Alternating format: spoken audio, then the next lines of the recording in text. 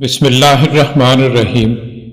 شروع اللہ کے نام سے جو بڑا مہربان اور نہایت رحم فرمانے والا ہے۔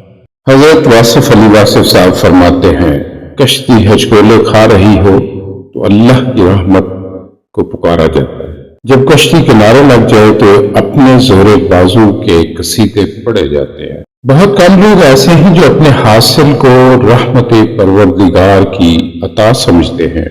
کافروں پر آنے والا عذاب ان کے لیے ہے، اس میں ہمیں کیا دخل؟ ماننے والے کے لیے جنت کی بشارت ہے۔ آپ ماننے والے ہیں، بشارتوں پر خوش کیوں نہیں ہوتے؟ کیا آپ کی تسلیم میں کوئی فرق ہے؟ جس دل میں اللہ کی یاد ہو وہ اللہ کا اپنا دل ہوتا ہے۔ جس نے لوگوں کو دین کے نام پر دھوکہ دیا اس کی عاقبت مخدوش ہے، کیونکہ عاقبت دین سے ہے اور دین میں دھوکہ نہیں۔ اگر دھوکہ ہے تو دین نہیں ہے۔ اعتراض کرنے والے فارمولہ استعمال کرتے ہیں، قانون استعمال کرتے ہیں، قاعدہ کلیہ استعمال کرتے ہیں، اور صاحب حال فارمولے سے باہر ہوتا ہے۔ سبحان اللہ۔ فتویٰ اقبال کے خلاف تھا اور فطرت اس کی آنکھ میں خاک مدینہ و نجف کا سرما لگا رہی تھی۔ سبحان اللہ۔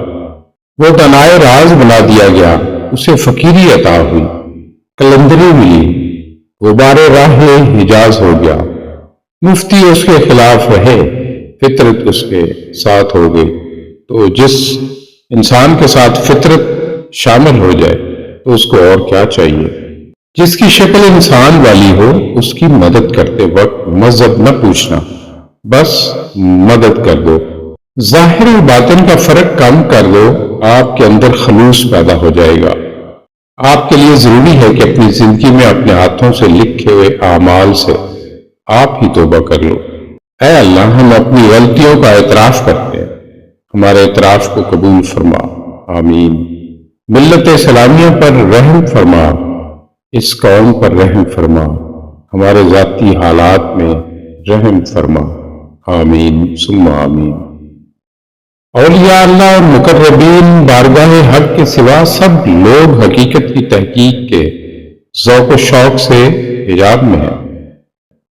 حجابات دو قسم کے ہیں، ایک حجاب رہنی ہے جو ہر کس نہیں اٹھتا، اللہ اس سے پناہ دے۔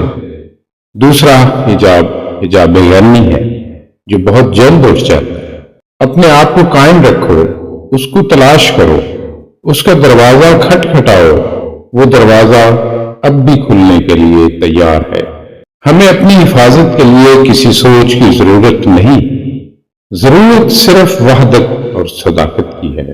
اللہ پاک ہمیں ان باتوں پر سچے دل سے عمل کرنے کی توفیق عطا فرمائے، اور اللہ ہم پر اور تمام مسلمانوں پر اپنا فضل و کرم عطا فرمائے، آمین ثم آمین۔